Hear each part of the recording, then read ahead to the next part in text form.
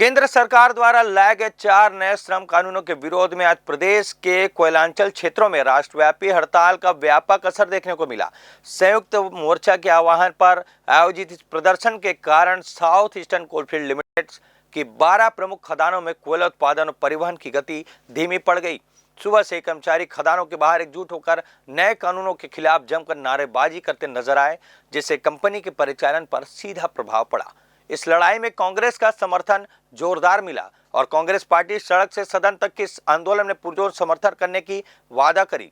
वहीं इस मामले में एसीसीएल के जनसंपर्क अधिकारी द्वारा एक साझा की गई जानकारी के अनुसार इस हड़ताल के चलते कंपनी के कुल दैनिक उत्पादन में लगभग 10% की गिरावट आने का अनुमान है। साथ ही कर्मचारियों की उपस्थिति में भी सामान्य दिनों की तुलना में 30% की कमी दर्ज की गई है।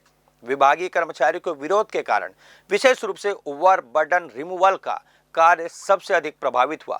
हालांकि प्रबंधन का दावा है कि दूसरी पारी यानी कि सेकंड शिफ्ट में जैसे ही शुरू होती है वैसे ही कर्मचारी धीरे धीरे काम पर लौटने लगते हैं और कार्य संचालन फिर से तूल पकड़ लेता है। अब ये अधिकारी का कहना है, बाकी आगे देखने वाली ये बात होगी कि हकीकत है क्या।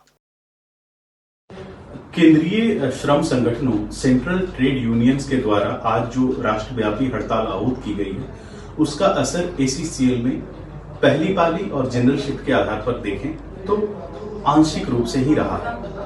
यदि हम खदानवार बात करें तो एसीसीएल की जो 20 ओपन कास्ट खदानें हैं, उसमें से 11 खदानें सामान्य रूप से कार्य कर रही है, जबकि 9 खदानें आंशिक रूप से प्रभावित हैं।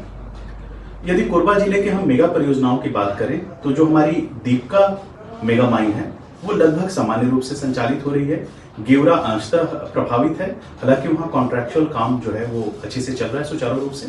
कुसमुंडा माइन जो है वो पार्शियली अफेक्टेड है।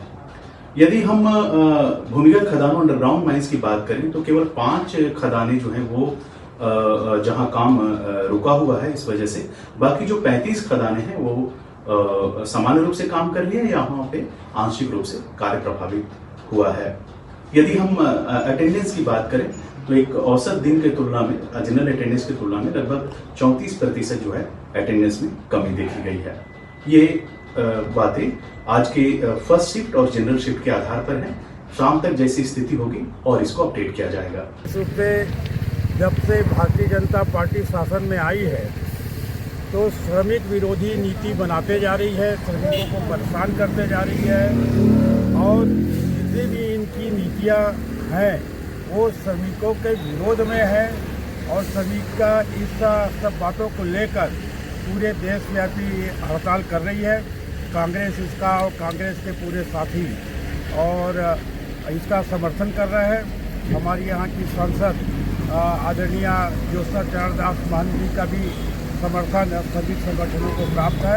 हम लोगों को भी निर्देश हुआ है कि श्रमिक संगठन के साथ उनसे कंधे से कंधा मिलाकर उनकी हड़ताल में शामिल हो और हम सभी उनकी मांगों का समर्थन करते हुए भाजपा की केंद्र सरकार जो श्रमिक नीतियाँ हैं उसका विरोध करते हैं। देखिए, जिस तरीके से संयुक्त ट्रेड यूनियन की जो 4 यूनियन के साथी ज़बरदस्त तरीके से आंदोलन कर रहे हैं और ये आंदोलन श्रमिकों के हित के साथ साथ देश के हित में भी है, क्योंकि जिस तरीके से मोदी सरकार ने मजदूरी के नियमों को बदल रही है उस तरीके से वो सीधे सीधे पूरा उद्योग निजी हाथों में सौंपने की तैयारी हो रही है। और आज का जो आंदोलन, इस आंदोलन में कांग्रेस का ज़बरदस्त समर्थन है। आदरणीय हरित परसाई जी यहाँ उपस्थित हैं, सभी कांग्रेस के लोग यहाँ उपस्थित हैं। पूरे प्रदेश के अंदर कांग्रेस इस आंदोलन को अपना समर्थन दे रही है और केंद्र की नीतियों के विरुद्ध में कांग्रेस आवाज़ बुलंद कर रही है। साथ ही कांग्रेस ने आश्वस्त किया है कि इस लड़ाई को वो सड़क से लेकर संसद तक लड़ेंगे।